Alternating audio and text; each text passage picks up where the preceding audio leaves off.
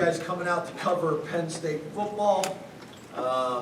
Awesome being Thon game. I think everybody that obviously is listening to this knows how important Thon is to our university and really the culture of the entire community here. So love the fact that we're able to be a part of that.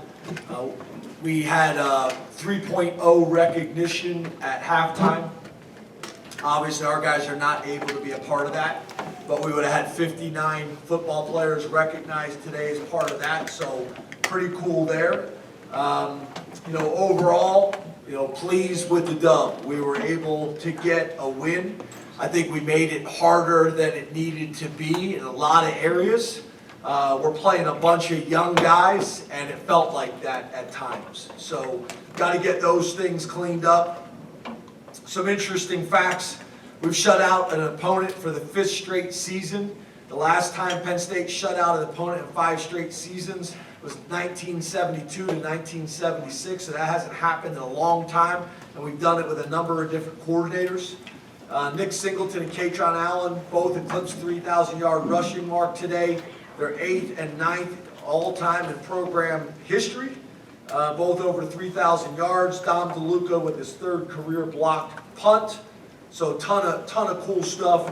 When you talk about the important stats, takeaway battle, that was big. It seems like our defensive line, and specifically our defensive tackles, are doing some phenomenal things with 2 interceptions, and Chaz almost had a strip sack fumble return for a touchdown.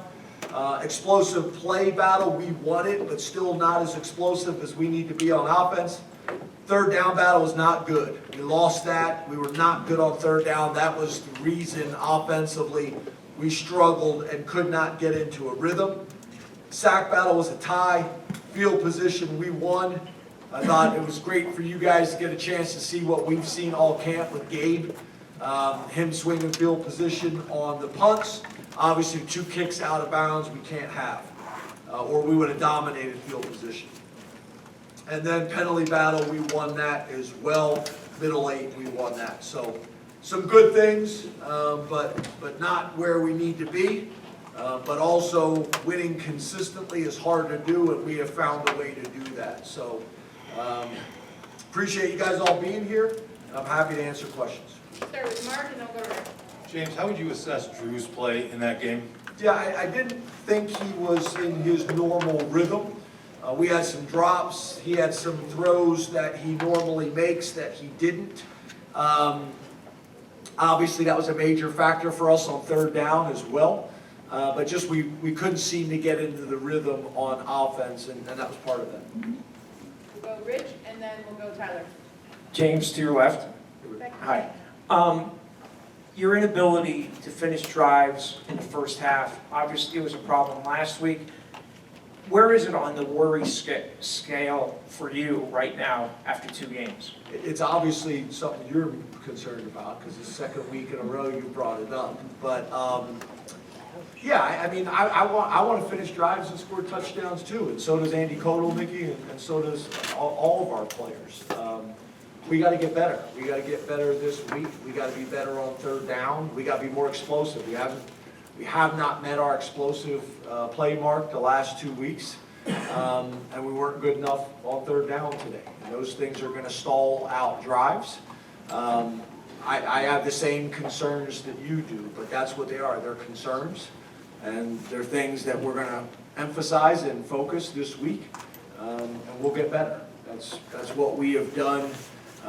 Really in my time here is we focus on getting better every single week, and usually it leads us in a good direction. We got to speed up that process a little bit. I do think things are magnified because we rotate more early in the season than we will late in the season. So we're playing a ton of guys. We're playing a lot of reps for those guys, and there's some mistakes that are coming with it. So we get into some crunch time, there'll be less of that rotation unless they've earned it. Tyler the Pickle.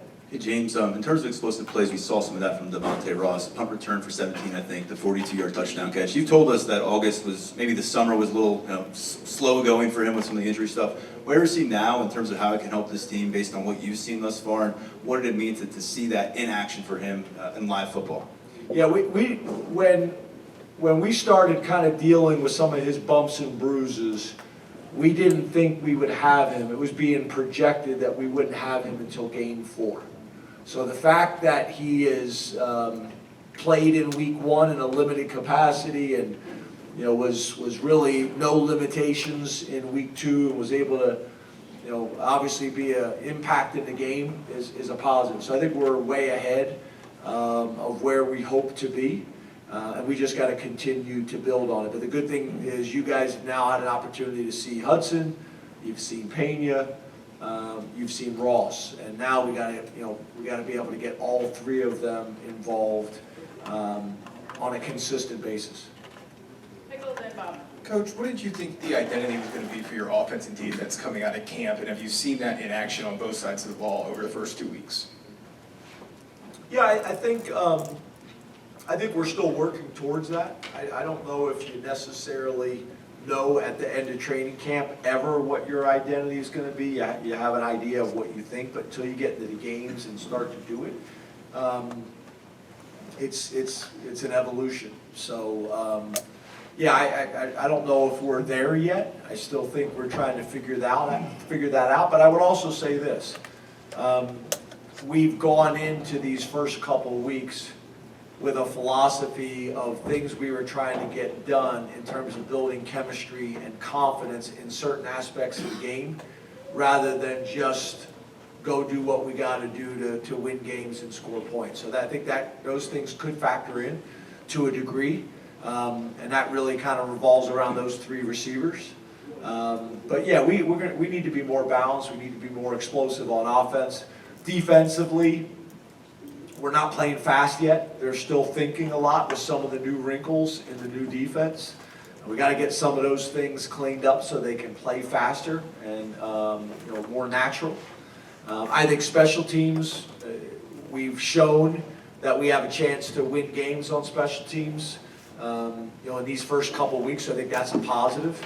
The blocked field goals, frustrating. We've had 2 blocked field goals in 2 years where a guy does completely opposite of what we coach.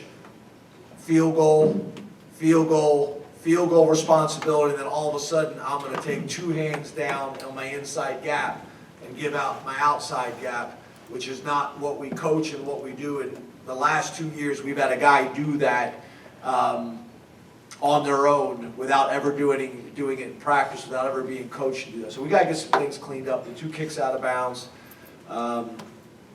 those things are disappointing, but we've made some big time plays on special teams, and we need to continue doing that. Bob and Neil. James, it was in August, both you and Jim Knowles had talked about Chaz as a true freshman who had flashed and really done some good things. For a first-year player that didn't even enroll early, just the last couple of weeks, James, what have you kind of seen from Chaz? Hey, Rashad, could you guys go around the corner? Yeah, excuse me. Yeah, Chaz has been, you guys are starting to see what we saw in camp, and I think your point is a good one. He wasn't even here for spring ball, so I think you're going to just see him continue to take significant strides. But he is quick, he's twitchy, he's athletic. He's 250 pounds and looks skinny. I think he's 248 or 249, somewhere in that range. And then obviously just his ball aware today, to be able to get the strip sack and then be able to scoop it up and then run away. Some cool things. So I think you're just going to see him continue to get better. And then obviously being able to have Zariah out there today, I think was helpful too. A veteran player that that we hadn't had early in the season and not for most of camp. So to have him back was good too. I thought he looked really explosive and quick off of the ball. I thought his get off was excellent. Last 2 questions, Neil and Audrey. James, you mentioned the depth. Can you comment on the intensity today? Were you satisfied with that? You did have a noon start. Was that did that satisfy you? Can you comment overall on the intangibles of how the team played with today? Yeah, obviously we started out sluggish. We did not execute the way we needed to early on. for a number of reasons. Obviously, third down was a factor in that. We missed some throws, we dropped some passes. We allowed them on defense to stay on schedule too often. So yeah, a combination of all those things, but no, yeah, I would have liked to see us start stronger and faster. I do think that's a better football team. I think they're gonna have a good year in that conference. Standing out there on the field, they got some good looking players, and I thought they were coached well, and I thought they were efficient with what they did today. So, got to give them a ton of credit.